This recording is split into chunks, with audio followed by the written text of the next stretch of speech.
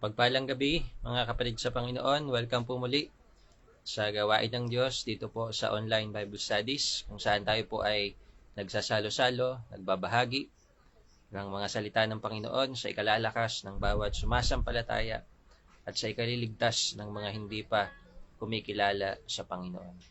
Ngayon po ay araw ng Huwebes, February 1, at yun nga pong Bible study natin dito sa online ay ginaganap na lang po natin every Thursday. Every Thursday, 6:30 p.m. Ano po? Kaya pwede po tayong mag-invite or i-share ang live po na ito sa mga kapwa natin mananampalataya or sa unbelievers upang sila rin naman ay makarinig ng mga salita ng Panginoon. Sapagkat naniniwala po tayo ng salita ng Diyos ay buhay at ito po ay kumikilos sa buhay ng mga naniniwala. Salamat sa Panginoon. Bago po tayo magsimula, tayo po ay sumambit ng maigsing panalangin. Hallelujah. Purihin kayo, dakilang Diyos. Salamat po sa inyong pagsama at paggabay sa amin sa maghapon. Gabi na naman po, Lord, at kapag tagumpay na naman kami sa isang araw ng aming buhay, salamat po, Diyos. Ngayong pong oras na ito, patuloy kaming malapit sa inyo, nagpapakumbaba. Humingi kami ng gabay at pangungusap mula sa inyo, Panginoon. At nawa po ang inyong salita patuloy na manguna sa amin tungo sa inyong kalooban. Salamat po, patuloy niyo kaming pagkaisahin sa isang spirito habang kami pong lahat ay nagsisisunod sa inyo. Salamat po, Panginoon, itong aming dalangin sa pangalan ni Jesus. Amen. God bless you po, mga kapatid. Tayo po ay magsimula na sa atin pong maigsing pagbubulay. Alam po natin ang halaga ng pagkakaisa sa anumang aspeto, po, sa anumang larangan, sa anumang industriya, anumang pinagkakaabalahan ng tao. Alam natin ang kahalagahan at ang impact ng salitang unity. Sa katotohanan, tinuturo yan halos sa lahat ng bagay na inaaral natin sa mundong ito. Tinuturo sa atin ang kahalagahan ng pagkakaisa. Yan man ay sa school, samahan ng mga parents and teachers, sa government, sa community, sa church. Alam po natin napakahalaga niya. Lalo na sa buhay ng mga mananampalataya. Pero maraming bagay na nakakahadlang para hindi natin ma-achieve yan. Hindi natin magawa as the body of Christ. At ngayong gabi, pag-usapan natin yung isa lang na minsan unnoticed, hindi natin napapansin, pero nakakahadlang sa pagkakaisa ng mga believers. Ano yon? Basahin natin sa Galatia chapter 6 verses 4 to 5. Ganito po ang sinasabi. Dapat suriin ng bawat isa ang ginagawa niya. At kung mabuti ang ginagawa niya, magalak siya. Pero huwag niyang ikukumpara ang sarili niya sa iba. Dahil may pananagutan ang bawat isa sa kanyang ginagawa. Ulitin ko po. Dapat suriin ng bawat isa ang ginagawa niya. At kung mabuti ang ginagawa niya, magalak siya. Pero huwag niyang ikukumpara ang sarili niya sa iba. Dahil may pananagutan ang bawat isa sa kanyang ginagawa. Salamat sa salita ng Panginoon. So based sa mga talatang binasa natin, mga kapatid, ang isang nakakahadlang sa pagkakaisa ng mga Kristiyano ay comparison. Pagkukumpara. Okay?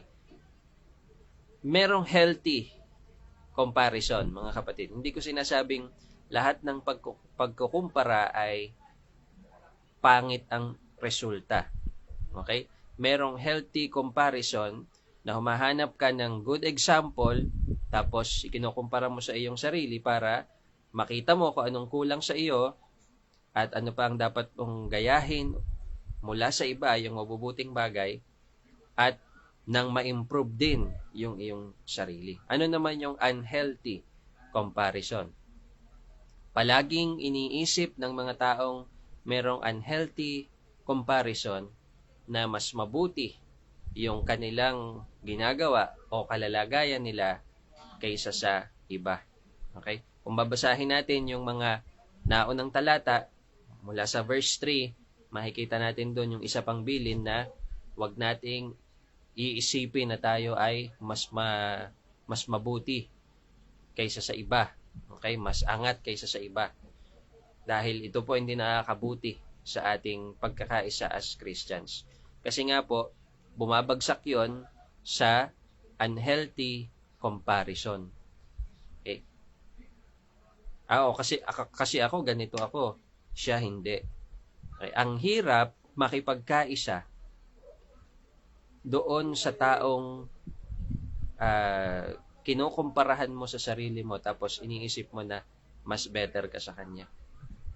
Hindi po magpo-push through yung unity sa ganong klase ng environment. Okay? Kaya ang bilin sa atin, wag nating ikumpara ang ating sarili sa iba.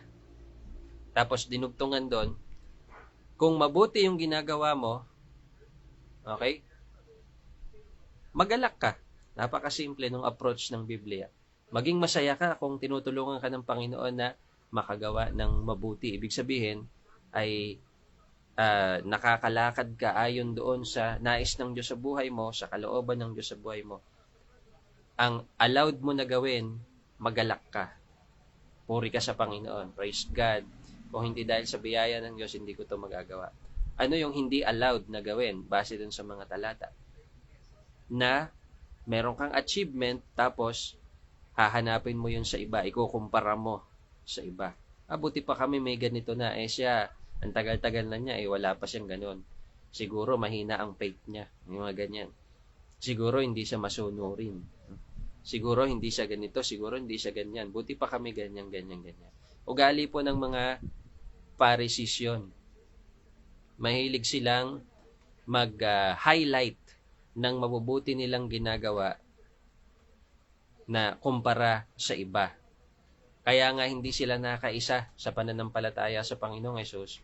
Kasi iniisip nila palagi na sila yung mas may alam, sila yung mas aral sa kautusan, sila yung mas nakakaalam dapat ng mga mangyayari. Hindi dapat yung mga alagad na to ang nangangaral kasi hindi naman nila master yung kautusan o ano pa man. Punong-puno ng unhealthy comparison. Ngayon, mga kapatid, kung sa katawan ni Kristo, sa body of Christ, sa kalipunan ng mga mananampalataya, ay magkakaroon po ng ganyan, unhealthy comparison, pwede tayong magmukhang united. Okay? Sama-sama, nagkakaisa. Pero deep inside, in spirit, hindi po yun mangyayari kung compare tayo ng compare. Okay, lalo na po yung mga maraming napapakinggan ng iba't ibang mga pastor. Okay, please po. At ito pong live ay ginagawa natin to spread the word of God. Hindi po tayo namimingwit ng members ng ibang church. Okay? Doon po kayo sa church nyo magsidalo, doon kayo makinig ng husto, doon sa mga pastor nyo, doon kayo makinig. Ito po ay tulong lamang to spread the word of God. Hindi po ito ang mission po ng gawain niya ito ay hindi para ikumpara ang church nyo sa church po namin, ang pastor nyo o sa pastor dito sa church. Hindi po. We have to spread the spirit of unity. At isang bagay na magagawa natin para mangyari yon, do not compare, but instead, focus on your assignment. Okay? Kung babasahin natin yung dulo, sabi dito, binasa natin yung dulo,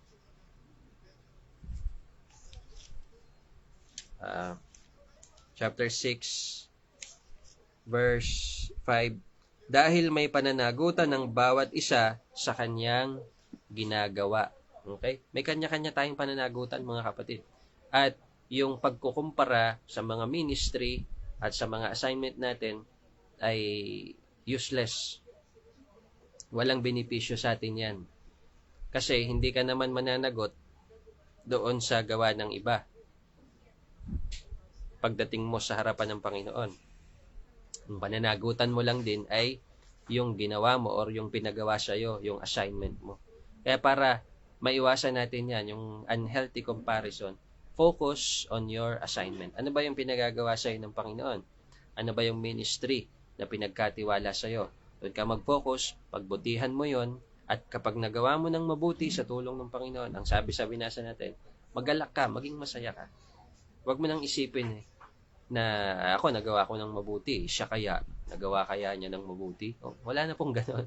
Okay? Hindi po nakakatulong sa atin. Focus on your assignment. At ano man yon, it is to glorify God. Para maluwalhati ang Diyos sa buhay natin. Hindi po tayo ang maluwalhati. Kasi kung maghahanap tayo ng sariling glory, tayo yung mapupurihan, tayo yung maluwalhati. Hindi talaga tayo magiging kaisa doon sa spirito ng pagiging magkakapatid. Kasi ang nasa isip natin, nakakalamang tayo, nakakalamang, nakakaangat, nakakataas. Hindi po. Sabi ng Biblia, tayo isang katawan at bawat parte ng katawan ay may kanya-kanyang trabaho. Lahat ay mahalaga. Lahat ay mahalaga. Salamat sa Panginoon. Maigsi lang po yung pagbubulay natin ngayon. Nawa, hindi tayo mahadlangan ng bagay na ito. At patuloy tayong magkaisa sa Panginoon. Okay?